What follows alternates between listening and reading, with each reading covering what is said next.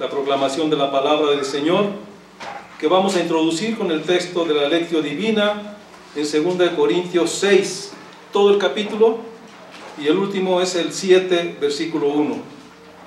Todo el capítulo 6 y hasta el 7, versículo 1. Haremos la lectura de manera alternada, todos en pie.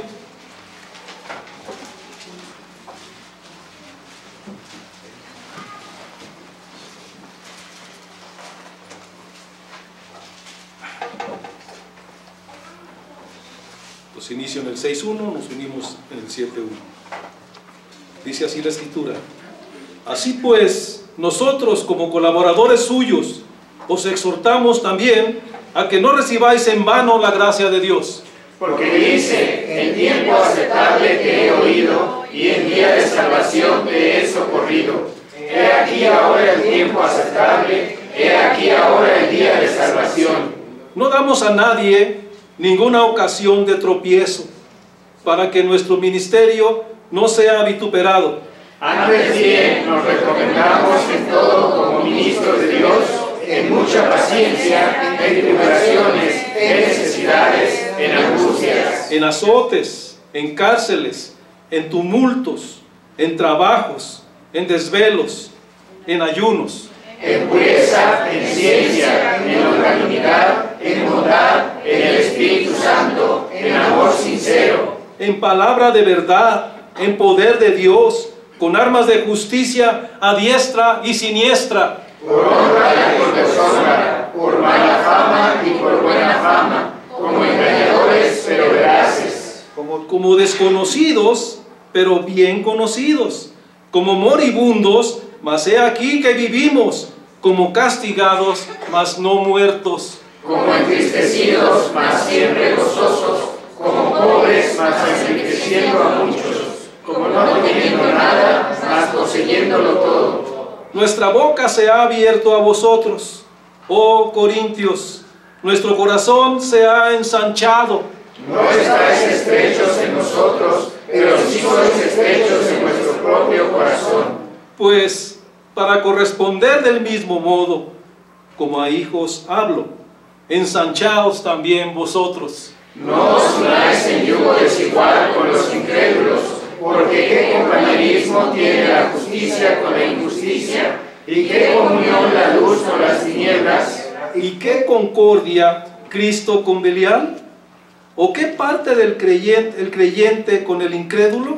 y qué acuerdo hay entre el templo de Dios y los ídolos, porque vosotros sois el templo de Dios viviente, como Dios dijo, habitaré y andaré entre ellos, y seré su Dios, y ellos serán mi pueblo. Por lo cual, salid en medio de ellos y apartaos, dice el Señor, y no toquéis lo inmundo, y yo os recibiré. Y seré para vosotros por Padre, y vosotros me seréis hijos e hijas, dice el Señor Todopoderoso. Todos, así que, amados, puesto que tenemos tales promesas, limpiémonos de toda contaminación de carne y de espíritu, perfeccionando la santidad en el temor de Dios. Amén.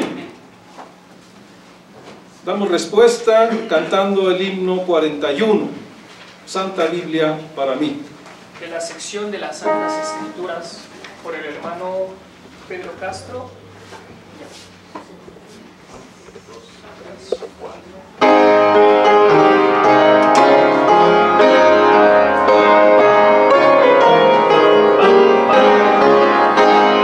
Santa Biblia para mí, es un tesoro aquí, tú contienes con verdad la divina voluntad, tú me dices lo que soy, de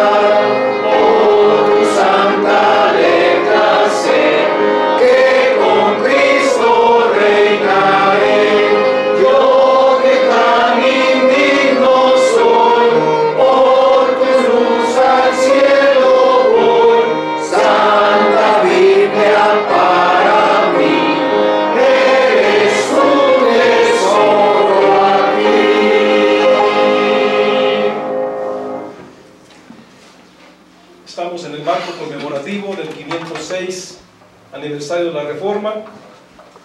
Como han visto, las predicaciones de este mes se han enfocado a señalar que la Reforma es más que solo el suceso histórico del siglo XVI. Es un principio que la Iglesia ha recuperado.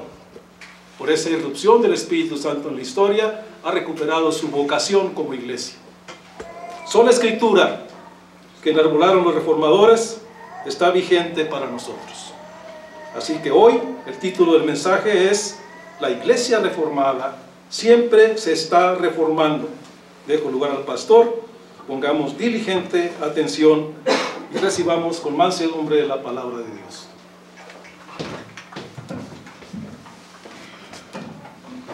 Les invito, hermanos, a que leamos del pasaje ya leído de 2 de Corintios capítulo 7, el versículo que hemos leído en la conclusión del argumento presentado por el apóstol Pablo. Solamente el versículo 1 del capítulo 7. Dice la palabra del Señor: Así que, amados, puesto que tenemos tales promesas, limpiémonos de toda contaminación de carne y de espíritu, perfeccionando la santidad en el temor de Dios. Amén. Bendito y soberano Señor, te damos gracias porque has tenido a bien hacernos partícipes, Señor, de tu pueblo, sin nosotros tener ningún mérito para ello. Se ha mostrado en nosotros tu gracia, tu misericordia, y te alabamos, Señor, por ello. Te rogamos que ahora que hemos leído tu palabra, también, Señor, tu Espíritu que inspiró al apóstol, también, Señor, obre en nosotros para darnos entendimiento. Te lo suplicamos, Padre, en el nombre de Cristo Jesús. Amén. Amén. Por sus lugares, amados hermanos.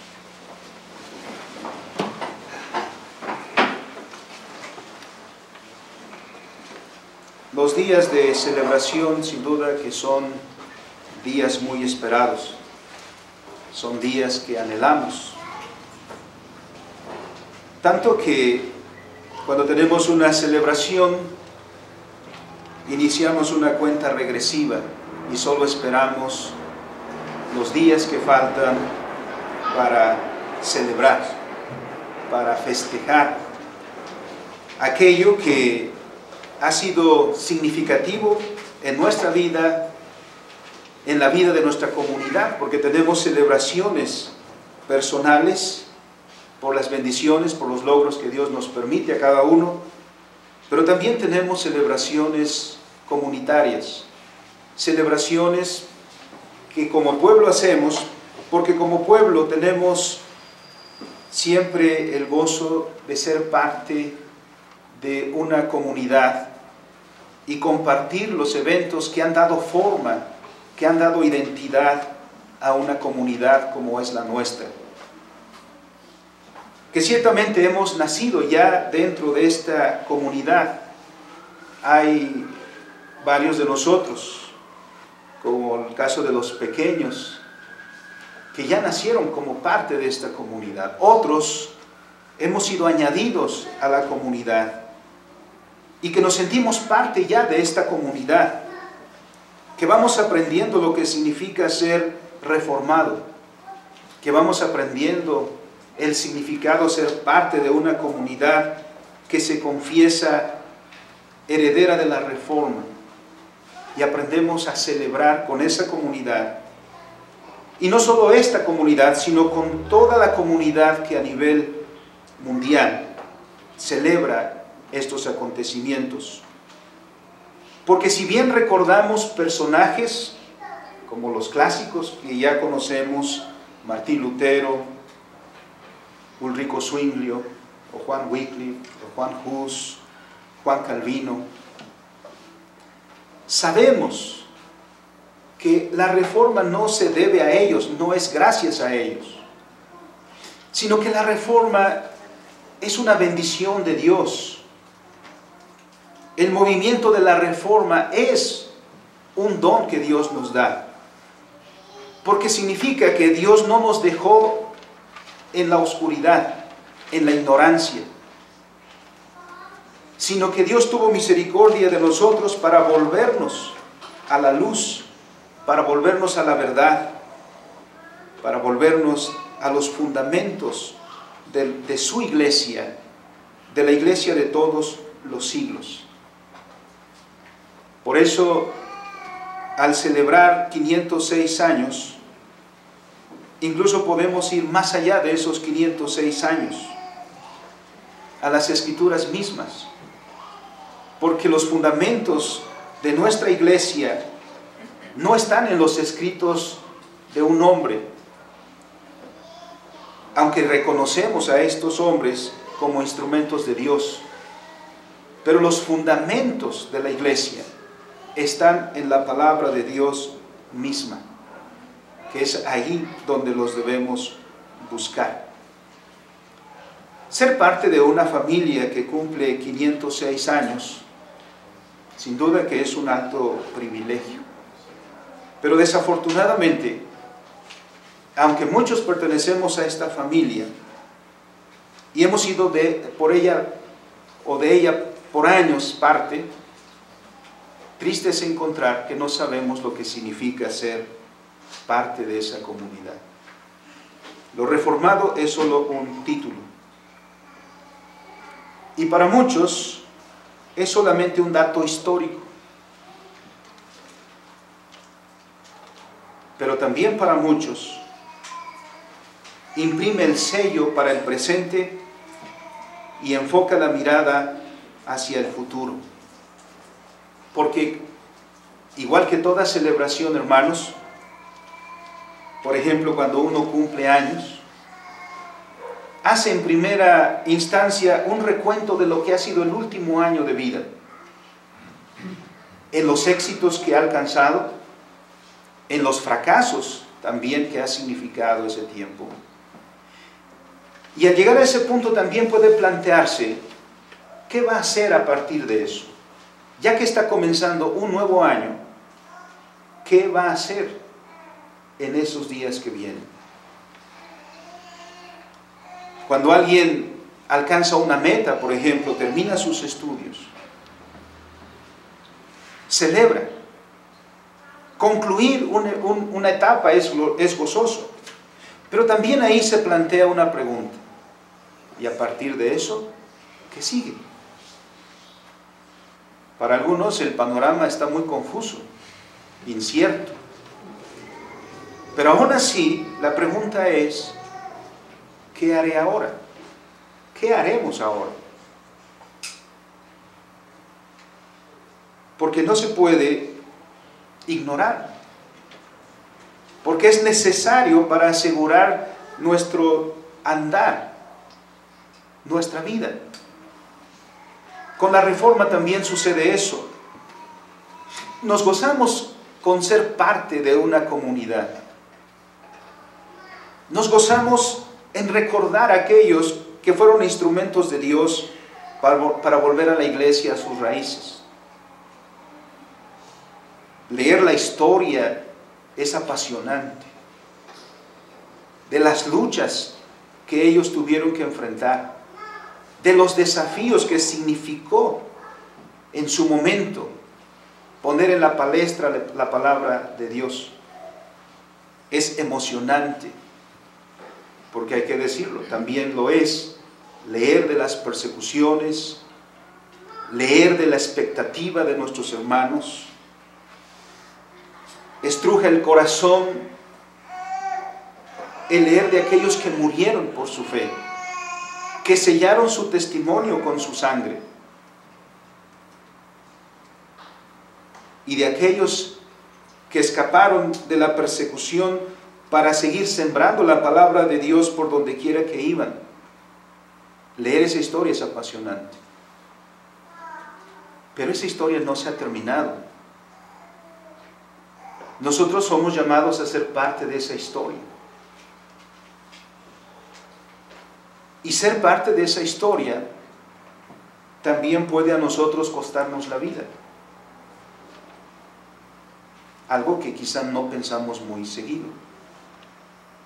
Porque no tenemos una persecución hoy.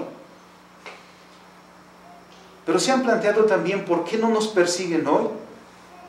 ¿Es que la gente es más buena hoy que hace 506 años? ¿Por qué no nos persiguen? ¿Por qué no hablan en contra de nosotros?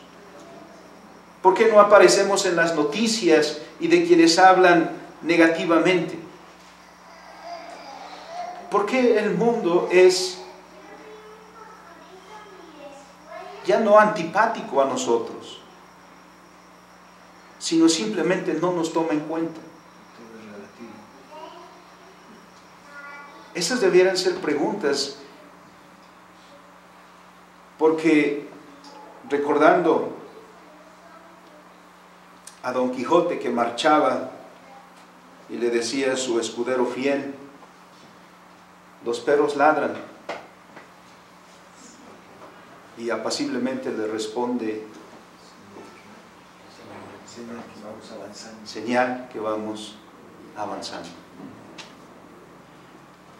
Emulando esa expresión, ¿no podríamos nosotros decir, ¿y por qué no ladran?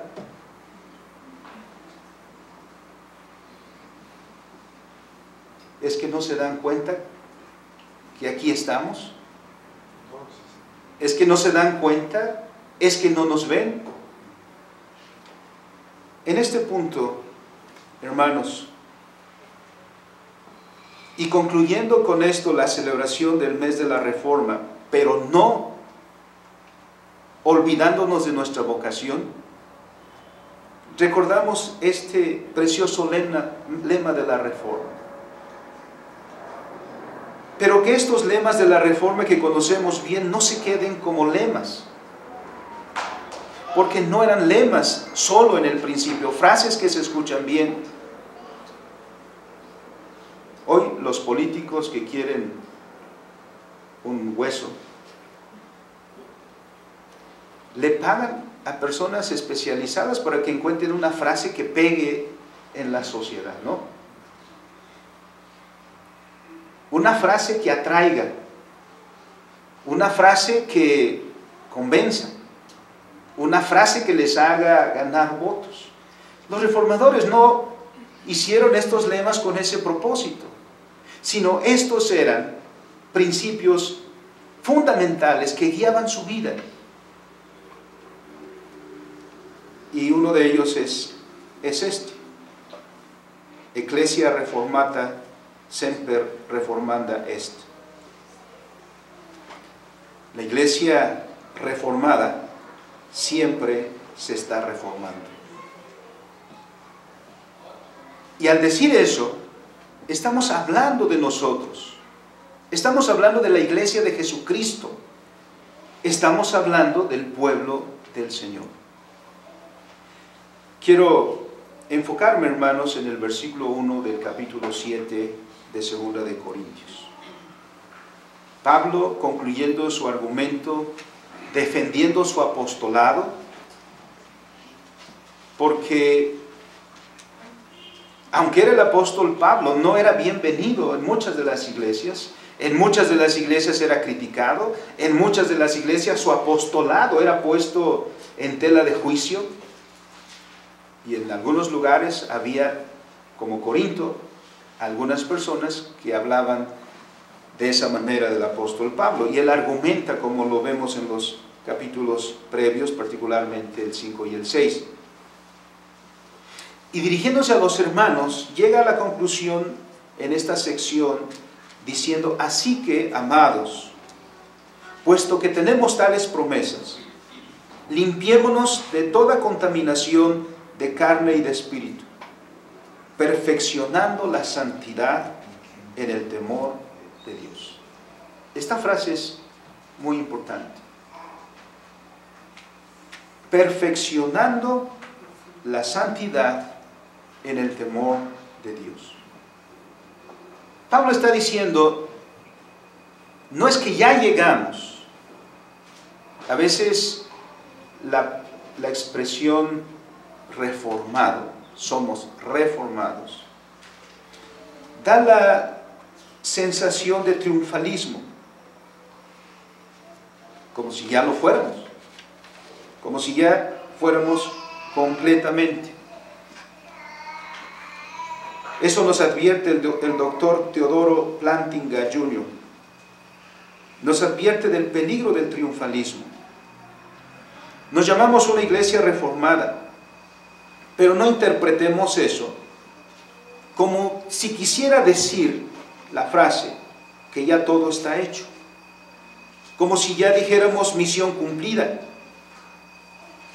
No, la iglesia de Jesucristo es una iglesia que siempre se está reformando, tanto por sus miembros como por la comunidad. Siempre la iglesia se está reformando, o como dice el doctor Van der Waalt, él prefiere usar el término transformando. La iglesia de Jesucristo siempre se está transformando. Miren lo que dice el apóstol Pablo. Amados, se refiere a la iglesia, puesto que tenemos tales promesas. Eso se refiere a todo lo que está dicho previamente. Puesto que tenemos todo esto, puesto que somos la iglesia de Jesucristo, no tengamos esta sensación de ya lo somos. Somos cristianos, sí, pero como lo hemos dicho también antes, estamos aprendiendo a ser cristianos. Ciertamente ya somos de Cristo, pero es como un bebé, por ejemplo. Un bebé recién nacido ya es un ser humano completo, pero todavía no es perfecto. Es completo porque no le falta nada. Ha sido perfectamente ya formado en todas sus partes, en todo su organismo. Pero aunque tiene manos, es torpe. Aunque tiene pies, no sabe caminar. ¿Qué es lo que ha de hacer a partir de su nacimiento? Madurar cada una de las partes. Nosotros, de la misma manera, hemos sido llamados a ser de Jesucristo y somos de Jesucristo porque Él nos compró con su preciosa sangre. Ya no hemos de hacer nada para comprar nuestra salvación, ya no hemos de lograr nada o hacer nada por nosotros mismos para alcanzar, como si fuera por mérito que fuéramos del cuerpo de Cristo. Nada hay más que hacer. Todo lo hizo el Señor Jesucristo y somos parte completa del cuerpo glorioso de Cristo. Sola gratia, dijeron los hermanos. Es decir, solo por la gracia somos salvos. Solo somos llamados a que con las manos extendidas de la fe nos apropiemos de Cristo y seremos hechos partícipes de todos sus logros, sus frutos, los frutos de su muerte y de su resurrección. Pero también todavía hemos de aprender a ser de Cristo. Hemos de aprender a ser cristianos en toda nuestra manera de vivir. Ya somos reformados. Pero también dice el lema, siempre. Si la reforma no es por episodios, la transformación de nosotros no es por etapas o por periodos cortos. Dice el lema, siempre. El cristiano está siempre siendo perfeccionado. El apóstol Pablo dice, el que comenzó la obra en mí, seguirá obrando en mí hasta perfeccionarme. Él comenzó una obra y esa obra que ha comenzado sigue. Y esa obra concluirá finalmente ¿hasta cuándo? Hasta el día de Jesucristo. Eso es algo, hermanos, que debemos entender, que esto es de siempre. Y ese instrumento de reformación o de transformación siempre es la Escritura. Hay deportistas, ¿cómo se llama ese deporte en las que hay personas que se sumergen profundamente sin oxígeno? Y a ver cuánto tiempo resisten ahí. ¿No? Entonces, la única oportunidad que tienen de llenar sus pulmones de oxígeno es cuando están arriba y después. Parece que hay cristianos que practicamos ese deporte, solo que lo hacemos con la palabra de Dios. Un bocado de la palabra de Dios, un domingo les dura todo el mes y algunos más. Una clase de escuela dominical parece ser suficiente para estar sin ninguna otra enseñanza por 2 meses. Parece que vienen a ver solo si el maestro sigue ahí y si los compañeros siguen ahí también. ¿Cómo vamos a transformar nuestra vida? ¿Cómo vamos a reformar nuestra vida de esa manera? Si la Escritura dice siempre, el Señor que comenzó la obra en mí, Él la perfeccionará. ¿Y cuál es el medio que Dios ha establecido para perfeccionarme? Su palabra. Por eso hemos estado leyendo en el Antiguo Testamento que Dios le dice a su pueblo, estos son mis mandamientos, estatutos y decretos, que te vas a aprender y los vas a poner en práctica. Ahí está otro punto que necesitamos, hermanos, analizar. Porque de repente somos cristianos muy abstractos. Sí no sabemos la pregunta 1 del Catecismo Menor de Westminster y su respuesta. Sí no sabemos, a veces con ciertas ayudas, lo que es el 5.º mandamiento, el 6.º, el 1.º. Pero el Señor no dice que cuando estemos delante de Él vamos a hacer un examen de memorización. No dice, el que va a entrar al cielo es el que memorice más textos, porque hay uno que se sabe más que nosotros. No dice eso.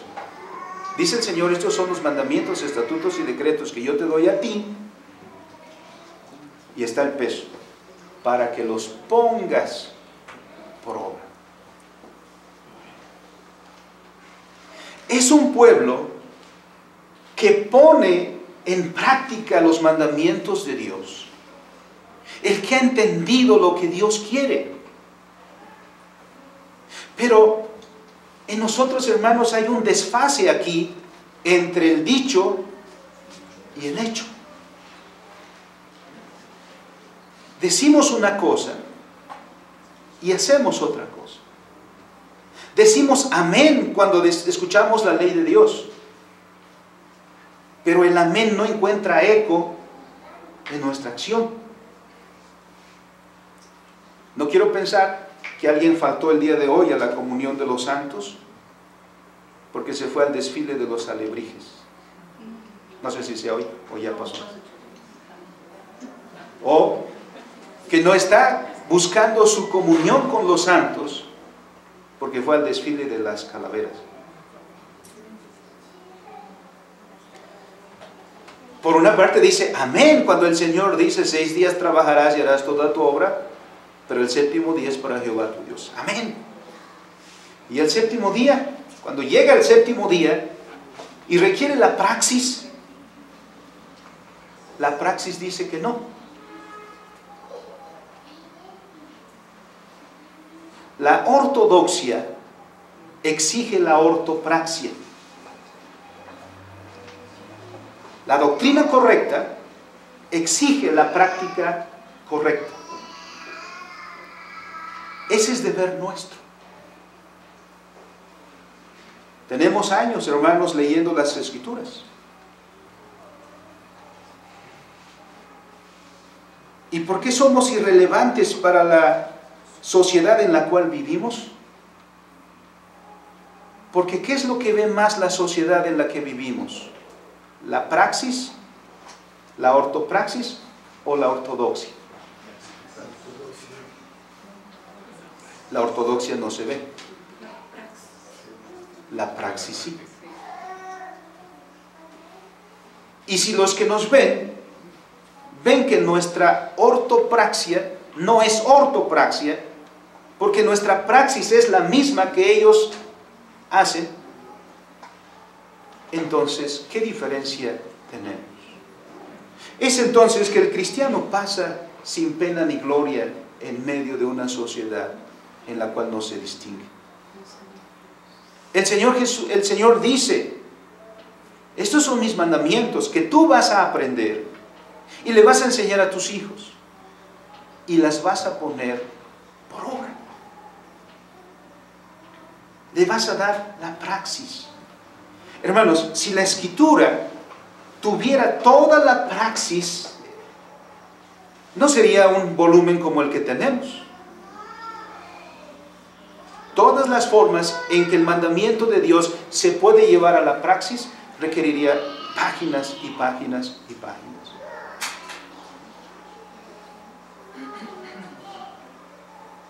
Algunos recuerdan, por ejemplo, a los puritanos y tienen una imagen de los puritanos como personas lúgubres, serias, que no les gustaban las fiestas, que eran negativos para muchas cosas. No los entendieron. Porque los puritanos, por ejemplo, le daban tanta importancia al día del Señor que los sábados por la tarde no hacían fiestas. ¿Por qué no? Porque alguien me dice, pastor, el domingo pasado no vine, es que estuvimos celebrando el cumpleaños de mi mamá hasta las 12, 1 de la mañana. Pues claro, al otro día, día del Señor. Ni ganas de levantarse le dan. El día del Señor no es solo el día aislado del Señor, sino nos preparamos. No es que no somos celebrativos, por supuesto que sí. Pero eso nos hace pensar, hermanos, miren, ¿por qué un puñado de cristianos cambió el mundo contra todos los pronósticos? Sí, algunos dicen que fue Constantino el que determinó que el domingo se debía guardar como día del Señor. Constantino solo hizo una cosa, además política. Constantino solo reconoció lo que ya era un hábito de los cristianos. ¿Qué haríamos nosotros, hermanos, si estuviéramos en esos momentos en el que el paganismo dominaba y en el que el día del Señor no es día del Señor, sino es otro día como cualquier otro? Los cristianos se enfrentaron, siendo obedientes a la ley de Dios. También la práctica era consecuente con esa ley de Dios, y desafiaron con eso al mundo. ¿Por qué? Porque la palabra de Dios transforma las vidas, transforma la comunidad del pacto, y con la presencia de la comunidad del pacto transforma su entorno también. La sociedad no va a cambiar si no cambian sus ciudadanos. Que Que la sociedad cambie es solo el resultado de que sus ciudadanos cambien. No se puede cambiar la sociedad sin sus ciudadanos. Porque dice la Escritura, ¿cómo vamos a hacer esto que Pablo dice? Limpiémonos de toda contaminación de carne y de espíritu. Hay quienes podrían ver ahí un dualismo, pero Pablo no está hablando de eso. Pablo está usando una frase muy hebrea, que quiere decir completamente, el ser completo. Limpiémonos nosotros. Y el contexto lo dice, porque está hablando a los corintios. Pero antes de la llegada del Evangelio, todos los corintios tenían una homogeneidad, todos eran paganos. Con la llegada del Evangelio, el Evangelio hace una diferenciación. Ahora hay corintios que siguen siendo paganos y hay corintios que son de Cristo. Y le dice Pablo, no os unáis en yugo desigual. Por la tradición que hemos tenido por la aplicación de este texto, inmediatamente pensamos en el matrimonio, pero no es exclusivo del matrimonio, sino que está invitando a los cristianos a mantener su identidad cristiana en medio de un contexto no cristiano. Pero como dijo el Señor Jesucristo, no a salir de la sociedad, sino a mantenerse fieles a Dios en medio de una sociedad que no glorifica a Dios. ¿Por qué? Porque la transformación nuestra, dijimos, es ¿cuándo? Siempre, todo el tiempo, y eso por la palabra de Dios. Porque ahora dice, ¿qué tiene que ver Cristo con Belial? ¿No? Es decir, ¿qué tiene que ver el pueblo de Dios con el pueblo de las tinieblas? ¿Qué acuerdo hay? Porque ahora ustedes son templo del Dios viviente. Ustedes son templos del Dios viviente. Ahora, nosotros como cristianos, a diferencia de los que no han sido traídos a los pies de Cristo, somos templo del Espíritu Santo, como dice en otra parte. Es en este punto cuando entendemos que debemos limpiarnos de toda contaminación, quitar de nosotros todo aquello que no es de Cristo. Cuando el Señor Jesucristo vino, Juan el Bautista estaba bautizando en el Jordán. Entre todos los que vinieron, nos narran los evangelios, estaban unos soldados y unos cobradores de impuestos. Cuando llegaron a ese punto, se hicieron la pregunta que todo cristiano se hace. ¿Qué le preguntaron a Juan estos? Dice, ¿y ahora qué hacemos? Ya creímos a la predicación, ya creímos a la palabra, pero entendían que eso tenía implicaciones de vida, que no se acababa ahí decir ya nos bautizamos, ya, ¿no? Como si delante del Señor, delante del tribunal de Cristo llegáramos con el acta de bautizo. Señor, mira aquí, sí. ¿No? El pastor custodio me bautizó, mira. ¿No? Puede llegar el certificado y puede llevar el acta del Papa mismo y no sirve absolutamente de nada. Ellos preguntaron, ¿y ahora qué hacemos? Estaban considerando la praxis. Imagínense, hermanos, soldados y cobradores de impuestos. Claro que se preguntaban, ¿y ahora qué? Y ahí están las palabras de Juan. Sigan ejerciendo sus oficios.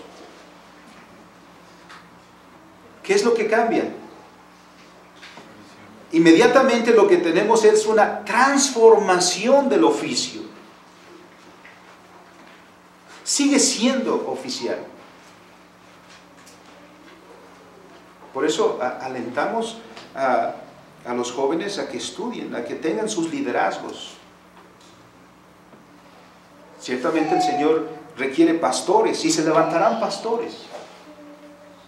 Pero Dios también necesita oficiales, líderes en todos los ámbitos de la vida.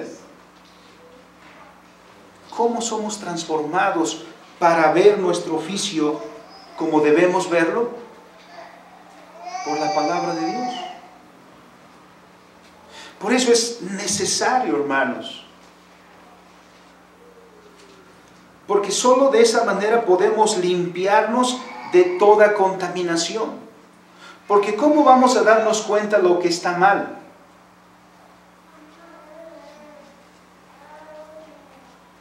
Porque algunos parecemos no habernos dado cuenta todavía. La única manera de limpiarnos de toda contaminación de carne y de espíritu, es decir, íntegramente, es la palabra de Dios. Y eso es lo que debemos hacer constantemente. Dice el texto en la parte última, perfeccionando la santidad. La santidad tiene dos sentidos. Ya somos santos, pero también es necesario que aprendamos a ser santos. ¿Por qué? Porque, en primer lugar, el término santidad implica consagración, dedicación o separación. Entonces, lo que está diciendo es, ustedes ya han sido apartados. Por eso previamente dice, ahora, ¿qué tienen que ver con ellos? Sí, eran de ellos. Pero cuando Cristo los llamó, dejaron de ser de ellos para ser el pueblo santo de Dios, templo del Espíritu Santo. Pero también el término santidad tiene una implicación ética.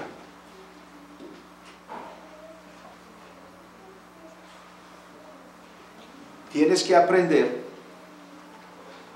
a ser como Cristo, a llegar a la estatura del varón perfecto. Ya has sido apartado, ya perteneces a Cristo, ya has sido consagrado como pueblo del Señor. Pero hay que perfeccionar. Y el término quiere decir completar o terminar. Volvemos a la palabra del apóstol Pablo, el que comenzó la obra en mí, la va a completar, la va a terminar, la va a concluir. Entonces, dice el apóstol, concluyamos, completemos, terminemos la santidad. Es decir, un santo, alguien dedicado a Cristo, se está reformando o transformando por la palabra de Dios siempre, completando la santidad, demostrando quién es, demostrando lo que es, porque eso es lo que hemos sido llamados a ser. La iglesia, ser la iglesia de Cristo, define lo que somos, para que entonces hagamos. Ahora, ese perfeccionamiento, ese llegar a término de la santidad, dice el apóstol, debe ser en el temor de Dios, en la reverencia de Dios. No un miedo, no un terror. Lutero, antes de llegar al conocimiento de lo que dice el apóstol Pablo en Romanos 1:17, que todo el mundo conoce, mas el justo por la fe vivirá. Antes de eso, Lutero vivía atormentado. ¿Qué le atormentaba a este hombre? ¿No? Era consciente de su pecado. Pero él imaginaba a Dios como un juez como alguien severo.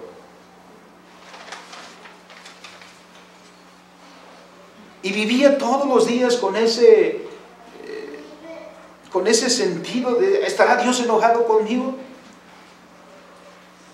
Y tenía esa visión hasta que llegó a ese texto que trajo shalom a su corazón. Lo libertó.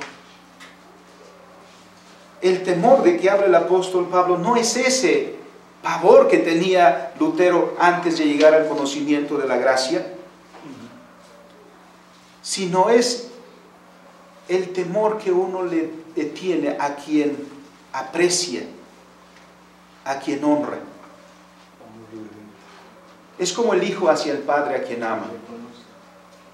El hijo que ama a sus padres, que los ama, y precisamente por ese amor busca hacer todo en conformidad a esa voluntad de sus padres. Pero no, cuando papá llega a la casa y abre la puerta, no corre a esconderse debajo de la cama. Cuando abre la puerta, corre a abrazar a su padre, porque lo ama. Ese temor reverente es el del que habla aquí. No de que tengamos pavor, no nos vayamos al infierno. ¿Quién es aquel que dijo que aunque no se le hubiera prometido el cielo, con todo eso amaría al Señor? Que no iría al Señor por el infierno tan temido, sino solo por amor a Dios. Se los dejamos de tarea.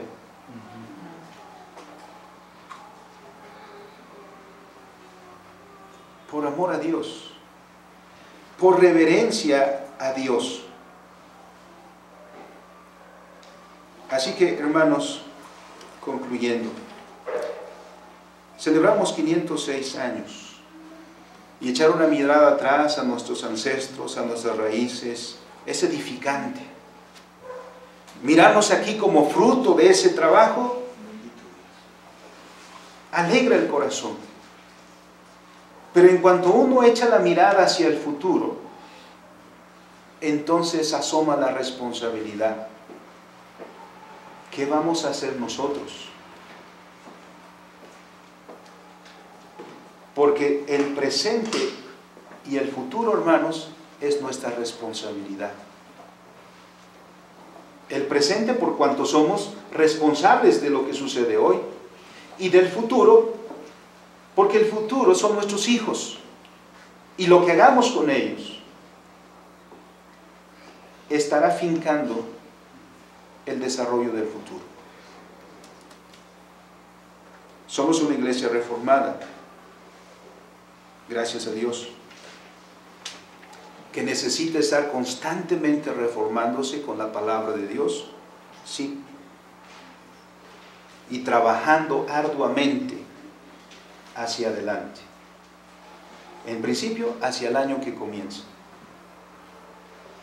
pero más allá también, a lo que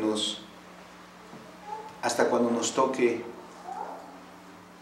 presentarnos delante del Señor y decirle: Señor, misión cumplida. Entre tanto, nos estamos constantemente, hermanos, reformando. Sea pues, con estas palabras, hermanos, puesto que tenemos tales promesas, limpiémonos de toda contaminación de carne y de espíritu, perfeccionando la santidad en el temor de Dios. Vamos a orar. Bendito soberano Dios, te damos gracias, infinitas gracias, Señor, por hacernos partícipes del pueblo tuyo. Nos faltan las palabras, Señor, para expresar toda nuestra gratitud, pero no es por la palabrería, Señor, que podremos agradarte, sino solo mira nuestro corazón. y sé glorificado, Señor, en ello. Muy agradecido, Señor, por pertenecer a una tradición tan venerable, pero no por la tradición misma, sino por de dónde emerge. Y la enseñanza que hemos recibido, Señor, de amarte con todo nuestro corazón, con toda nuestra mente y con todas nuestras fuerzas.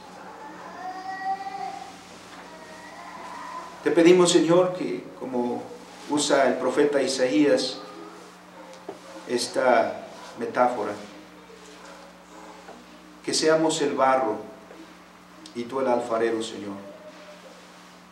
Danos la forma que quieras hoy. Te suplicamos, Señor, tu dirección, tu bendición, en Cristo nuestro Salvador. Amén. Amén.